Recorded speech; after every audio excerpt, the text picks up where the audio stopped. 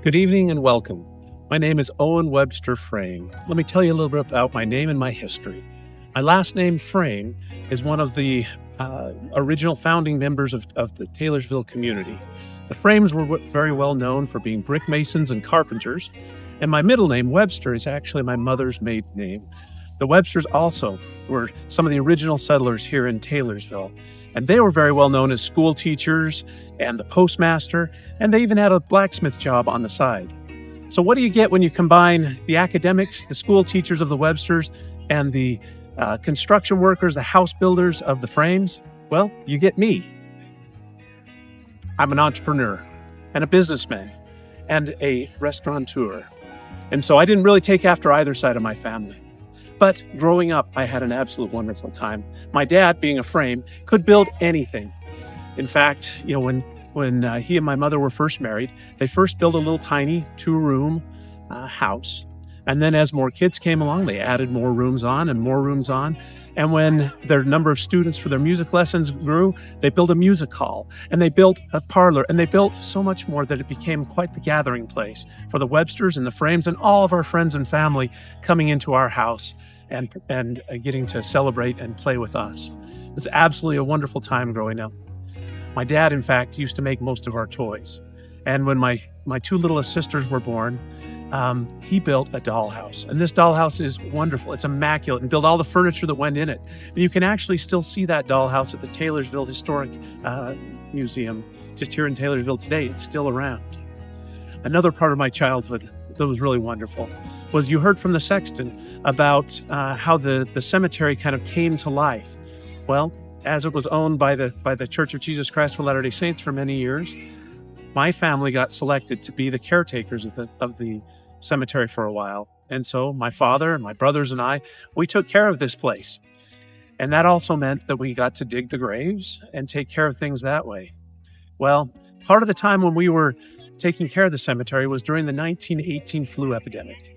Now, that flu epidemic was, in my mind, way worse than this global pandemic that you guys just had not too terribly long ago, because families would get sick, and they wouldn't just get sick one or two. The entire household could get sick and pass away very quickly. So there were many, many funerals that had to be taken care of. Well, as you know, the flu doesn't typically come in the nice warm weather of spring or even summer or early fall. The flu comes in the middle of winter. So digging graves during the middle of winter was a really difficult task. So there were times we had to use a pick, along with the shovel, to break through this frozen ground to get to be able to dig the graves. Well, there were so many that we couldn't keep up. So we came up with a great idea. So we would dig the hole and we would, prepare it for interment. And then when the service would come, we would lay extra shovels around the outside of the burial place, so that when somebody paid their last respects, they'd take the shovel and they'd help fill it all back in for us, so that we didn't have to work quite as hard to do both ends of the burial.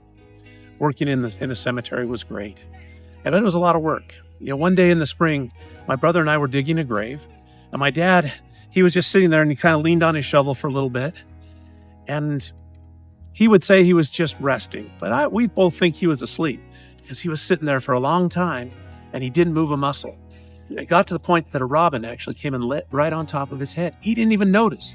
My brother and I, we stopped doing what we were doing and we were watching. We thought he was going to poop on him or do something, or my dad would wake up. He never did. Suddenly, after a little bit, the bird flew away and we just laughed and woke up my dad, and he didn't even hardly believe that that's what had happened. It was crazy.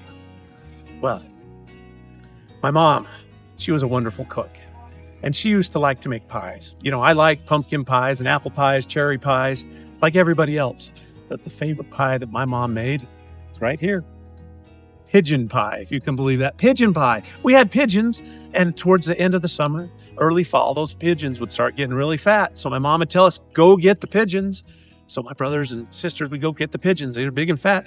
Hold on to them, give them to Mama. Mama would take them and right off the head, pluck the feathers, and voila, pigeon pie. Would you like to try some? No, I don't think you'd like to right now. But it was fantastic. So we had pigeons.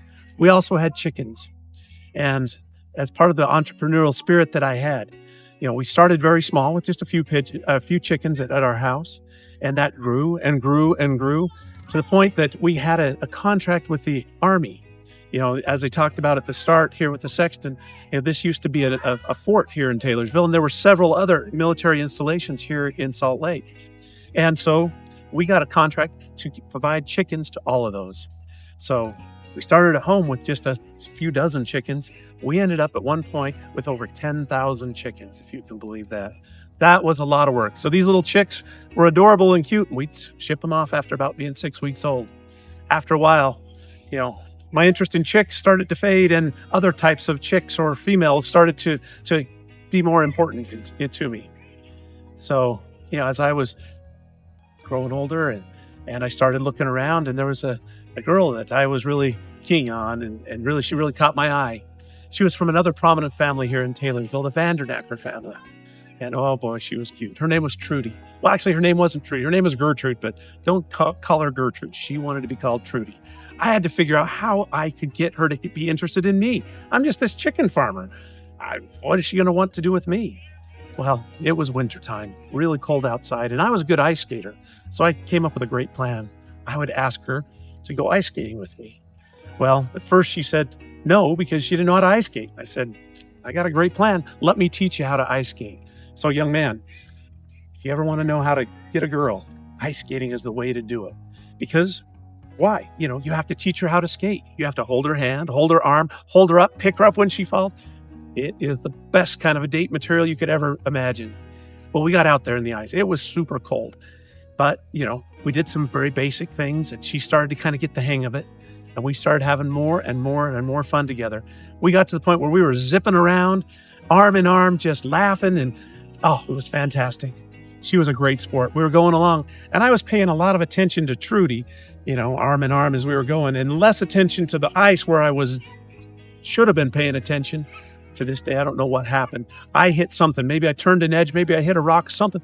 I went up in the air, and because we were arm in arm, guess who else went up in the air with me? Trudy. I came down flat on my back on the ice, and Trudy was right on top of me. We laughed and laughed. She wasn't hurt, thank goodness. And I wasn't really hurt, although it did take me a few minutes to get up off the ice, and I didn't ice skate for a little while thereafter. But we continued going on dates. And from that one date, we just kept building and building a relationship and a friendship that ultimately ended up in 1935, that we were married in the Salt Lake Temple. The sealer that sealed us there was the temple president. And at the time, that temple president was David O. McKay. Maybe you've heard of him. He turned out to be one of the prophets of the Church of Jesus Christ of Latter-day Saints. From that point on, it was Trudy and Owen. Everywhere we went. People didn't say, hey, Owen, what are you doing this weekend? They would say, what are you and Trudy doing? What are Owen and Trudy doing? We were inseparable. We did housework together. We did yard work together. And when I wanted to go hunting, she came along with me. She was a great shot. I couldn't believe it. We did everything together. After a couple of years of being married, chicken business had kind of fizzled out. And so we decided that we'd follow my entrepreneur spirit. And we decided that we would open a diner. We wanted to open a diner. So you can tell here by my outfit that we started this lunchroom diner up in Sugar House. It's called the White Spot Lunch Diner. And we decided that when we build it, that we'd A, have the best food possible, B, that we'd provide the best customer service possible, and C, that we would be fair with our prices and treat our employees well. And that served us well. That business just took off. We received many awards for our customer service, for being friendly with people, for having some of the best food around. It was fantastic. And we had our nieces and nephews would come and help us, and they would work for us, as well as other people from the community, of course. And they became our family, because one of our mottos was, hey, if you're working at the White Spot, you're family. Whether you're family by blood or you're family by employment, didn't matter. You were part of our family. And that helped to ease the pain that we felt, because Trudy and I were not able to have children of our own. But we got to raise so many teenagers. Our nieces, nephews, and everybody else over the 26 years that we had that business made us feel proud to be able to help grow and develop some of the youth here in Salt Lake and Taylorsville. Well, like I said, had that diner for 26 years. After 26 years, we decided it was time to be done. And so we retired, and we continued being very active in the community and in the church and everything else. And it wasn't too many years after that that in 1980, I passed away and our Trudy and Owen connection was broken. Well, it took 28 years, but in December of 2008, Trudy passed away and joined me. Now and forever, it's Trudy and Owen forever. Thank you for coming tonight.